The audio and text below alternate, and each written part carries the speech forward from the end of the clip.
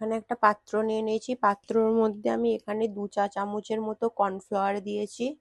এই কর্নফ্লাওয়ারটা আমি নর্মাল দুধ দিয়ে আমি একটু গুলে নেব।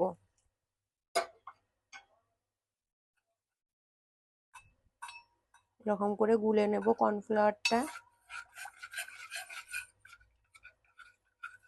যেন এর মধ্যে কোনো রকম লাম্পস যেন না থাকে। ভালো করে গুলে নেব।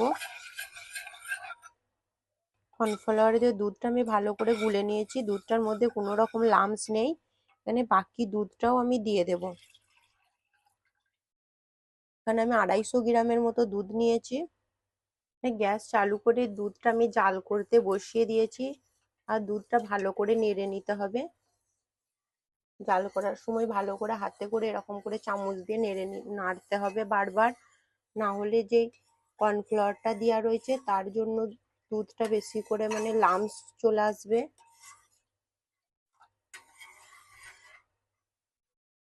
দুধটা আমি গাঢ় করে নেব। দেখুন দুধটা আমার গাঢ় হয়ে গেছে, দেখুন দুধটা কতটা গাঢ় হয়ে গেছে। এর মধ্যে আমি চিনি দিয়ে দেব, এখানে পরিমাণ মতো চিনি দিয়ে দেব। আপনারা আপনাদের পছন্দের মতো মিষ্টি অনুযায়ী চিনিটা দেবেন।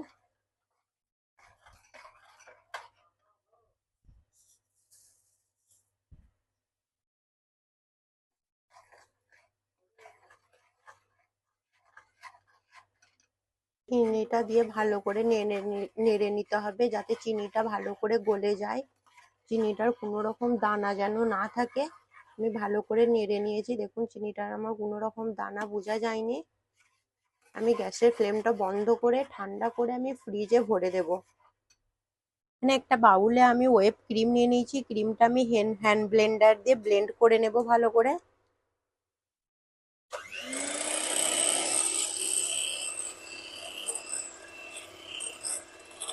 ক্রিমটা আমি 5 থেকে 7 মিনিটের মতন হ্যান্ড ব্লেন্ডার দিয়ে ভালো করে ব্লেন্ড করে নেব।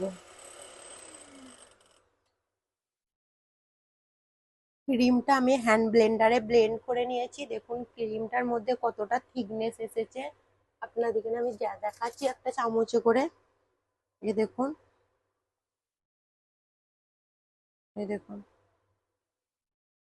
আমি ব্লেন্ড করে নিয়েছি ক্রিমটা। এই ক্রিমটার মধ্যে আমি যে দুধের সাথে কর্নফ্লাওয়ার মিক্স করে নিয়েছিলাম, সেই দুধের সাথে কর্নফ্লাওয়ার মিক্স করা ওইটা আমি দিয়ে দেব।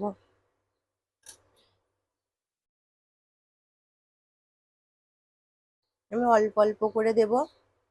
আমি দুধের সাথে কর্নফ্লাওয়ার মিক্স করাটা আমি দিয়ে দিয়েছি। এটা আবারও ব্লেন্ড করে নেব হ্যান্ড ব্লেন্ডার দিয়ে।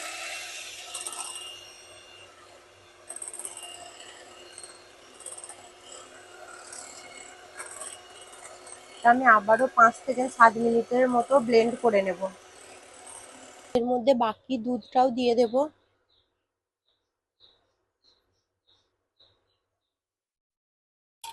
আমি ভালো করে হ্যান্ড ব্লেন্ডার করে নেব আবার।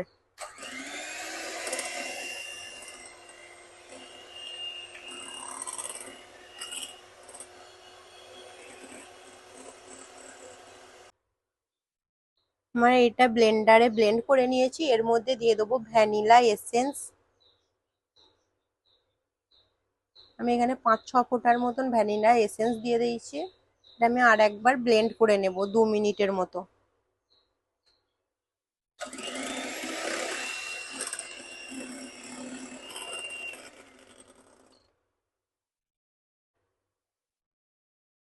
আমার এটা পুরো ব্লেন্ড করা হয়ে গেছে আইসক্রিমটা।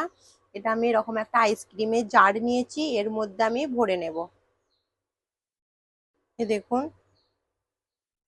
আমি একটা চামচের সাহায্যে কিংবা একটা হাতার সাহায্যে আমি এটা তুলে নেব।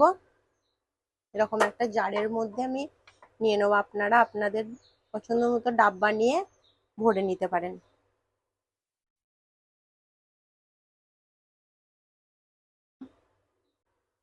একদম দোকানের আইসক্রিমের মতো, আপনাদেরকে গ্যারান্টি দিয়ে বলছি, একদম খেতে দোকানের আইসক্রিমের মতন আইসক্রিম হবে।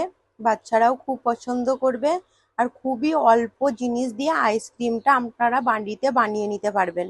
এর মধ্যে দিয়ে দেব কিছু ড্রাই ফ্রুটস, দিয়ে দেব কাজু, দিয়ে দেবো বাদাম, কিশমিশ আর পেস্তা। আইসক্রিমটা আমি ড্রাই ফ্রুট দিয়ে দিয়েছি, এটা আমি ফ্রিজে রেখে দেব। আমি ঢাকনা বন্ধ করে দেব, ফ্রিজে আমি 3-4 ঘন্টার মতো রেখে দেব। 3 ঘন্টার মতো আমি ফ্রিজে রেখেছিলাম। দেখুন আমি আইসক্রিমটা একটা তুলে দেখাচ্ছি আপনাদেরকে কতটা ক্রিমি আর খেতেও খুব সুন্দর। আমার এই আইসক্রিম রেসিপি আপনাদের যদি ভালো লেগে থাকে তাহলে আমার চ্যানেলটা শেয়ার অ্যান্ড সাবস্ক্রাইব করে দেবেন।